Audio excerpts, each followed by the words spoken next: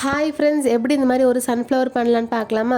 ஒரு A4 ஷீட்டை ஹாஃபாக fold பண்ணி அதில் ஒரு பீஸ் மட்டும் இப்படி எடுத்துக்கோங்க. எடுத்துட்டு அதை ஃபுல்லாக இந்த மாதிரி நம்ம ஃபோல்டு பண்ணிக்கலாம். ஃபோல்டு பண்ணதுக்கு அப்புறமா நல்லா ப்ரெஸ் பண்ணிக்கோங்க. இந்த மாதிரி பண்ணதுக்கு அப்புறமா அதை ஓப்பன் பண்ணிடுங்க. ஃபுல்லாக ஓப்பன் பண்ணிவிட்டு நம்ம ஃபோல்டு பண்ணியிருக்கிற தடம் இருக்கும்ல, அதில் இந்த மாதிரி மாற்றி மாற்றி வச்சு நம்ம ஜிக்ஸாக்காக ஃபோல்டு பண்ணிக்கலாம். இந்த மாதிரி ஃபுல்லாக ஜிக்ஸாக்காக ஃபோல்டு பண்ணதுக்கு அப்புறமா நல்லா ப்ரெஸ் பண்ணி விட்டுக்கோங்க. ரெண்டாக ஃபோல்டு பண்ணிவிட்டு கம் போட்டு நம்ம அப்ளை பண்ணிடலாம். கம் போட்டு ஒட்டினதுக்கு அப்புறமா நல்லா காயட்டும். காஞ்சதுக்கு அப்புறமா நான் ஹாஃபாக எப்படி கட் பண்ணுறேன்னு பாருங்கள். அந்த மாதிரி நம்ம கட் பண்ணிக்கலாம். சப்போஸ் உங்களுக்கு கட் பண்ணுறதுக்கு கஷ்டமாக இருந்துச்சுன்னா பாதி பாதியாக கூட கட் பண்ணிக்கோங்க.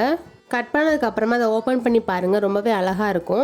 இதே மாதிரி உங்களுக்கு இன்னொரு பீஸ் தேவைப்படும். நான் இந்த வீடியோ ஸ்டார்டிங்லேயே சொல்லியிருப்பேன், A4 ஷீட்டில் ஹாஃபாக ஒரு பீஸ் கட் பண்ணியிருந்தேன்னு. அந்த இன்னொரு பீஸை நீங்கள் இந்த மாதிரி பண்ணிக்கோங்க.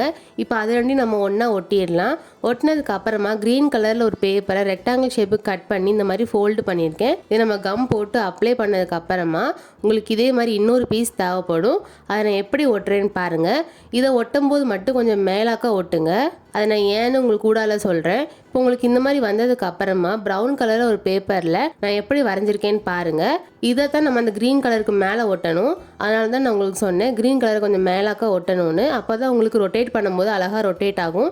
கடைசியாக அந்த லீஃபை மட்டும் கீழே ஒட்டிடலாம். இப்போ பாருங்கள், நம்ம ஒரு சன்ஃப்ளவர் பண்ணிட்டோம். இந்த வீடியோ பிடிச்சிருக்குன்னு நினைக்கிறேன். மறக்காமல் லைக் அண்ட் சப்ஸ்கிரைப் பண்ணிடுங்க. பாய்.